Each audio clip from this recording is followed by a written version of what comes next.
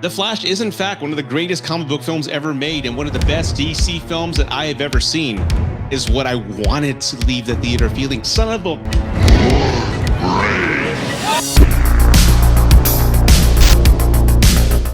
Here's my review for The Flash. I wanted to sit on this film for the entire weekend to think about it, to give it truly a chance, and to manage my expectations of what I wanted to say. For those who know me, you know I love DC, especially Mr. Zack Snyder here.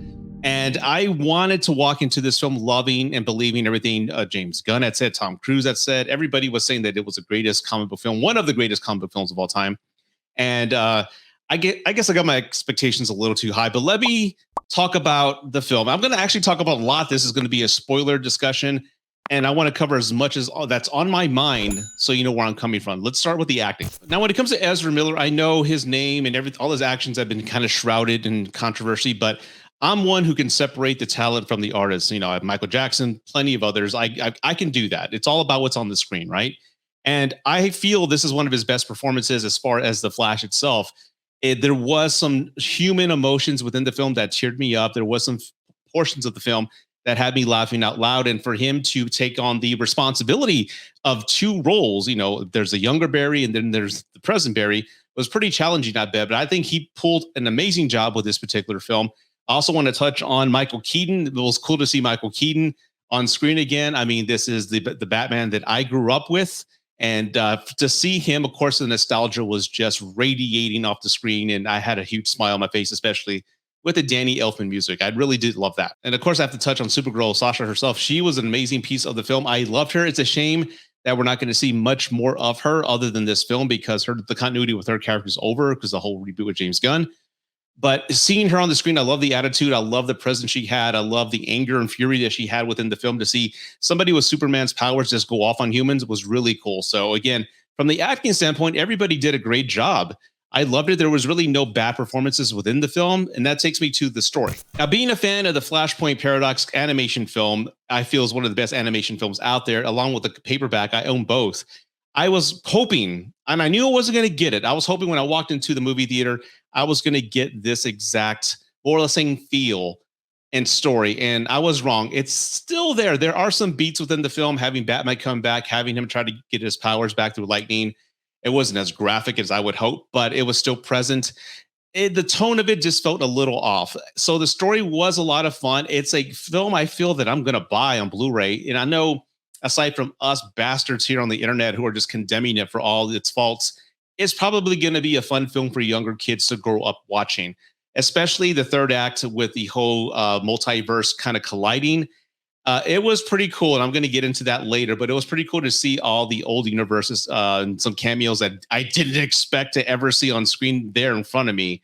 But I also kind of felt like this was the multiverse of madness type of film that Marvel fans were hoping to see last year and didn't get. So that's it for what I have to say about the story, but it was a fun story. I laughed.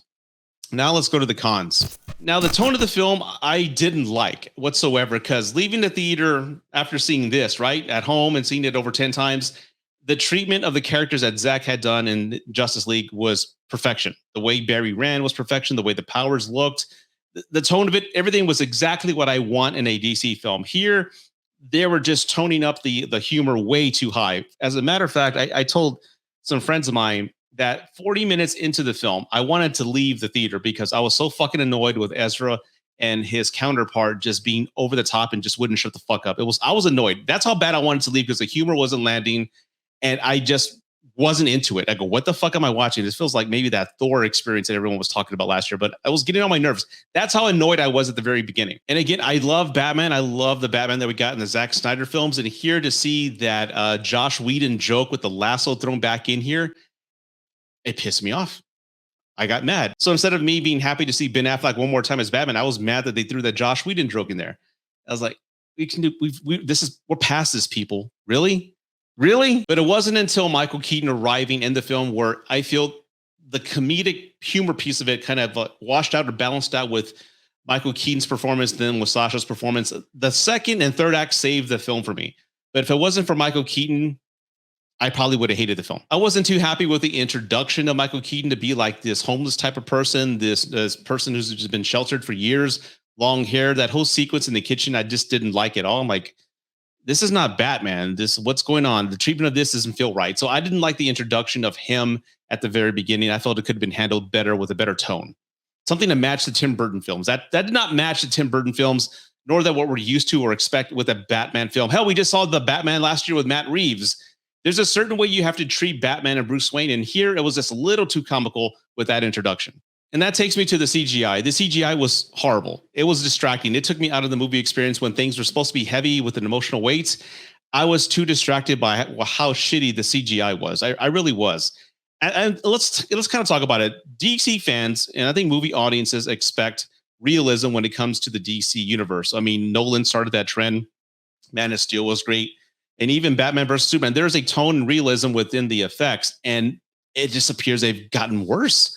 I don't understand it. And audiences have been saying that, hey, enough of the CGI. Look at the realism of Joker and how well that was received. People want realism. We don't want big budget billion-dollar films anymore. We want a human emotional story that we can dive into. And this is not what we got. I mean, and I understand the Flash comic book character and storyline requires CGI, but I was really disappointed when he went through the Speed Force. We've seen it in so many versions in comic books and in anime, and I was really disappointed with it. It didn't meet my expectations, and nor did it meet it could have been so much more, is what I'm trying to say. And that takes me to like when the universes were collapsing. Spoiler alert. Okay, so at the very end, all the DC universes that have ever existed or even been penciled down all start colliding within each other.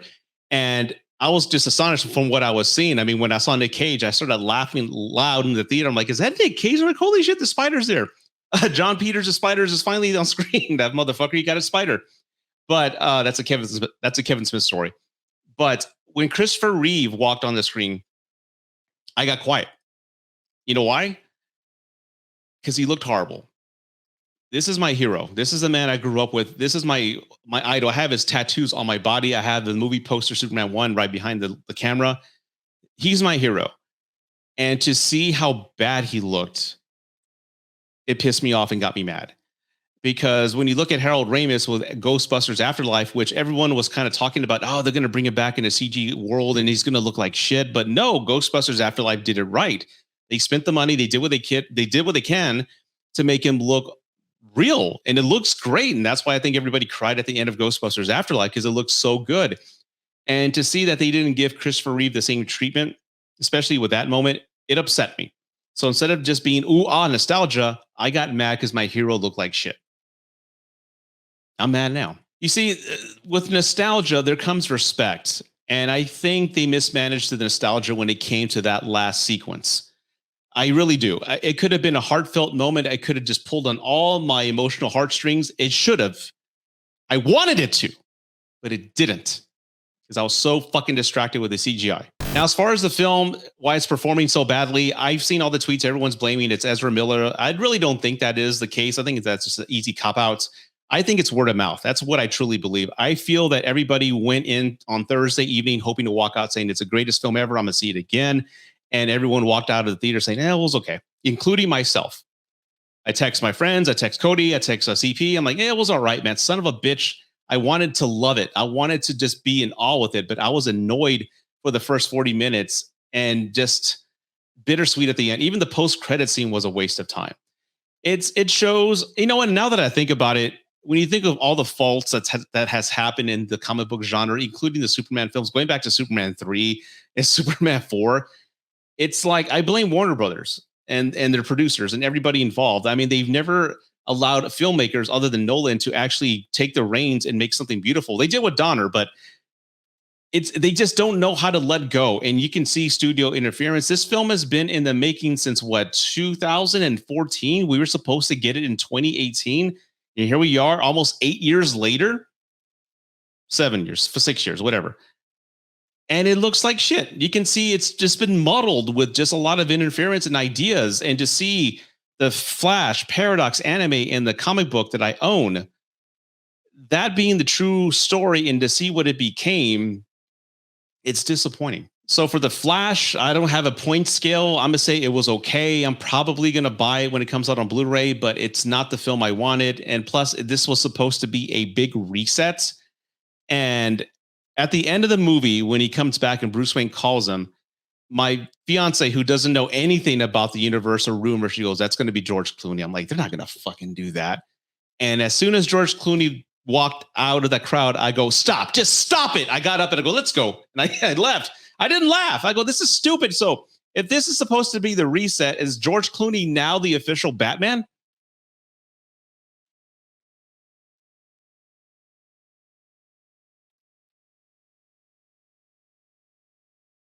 I think I'm going to end it here.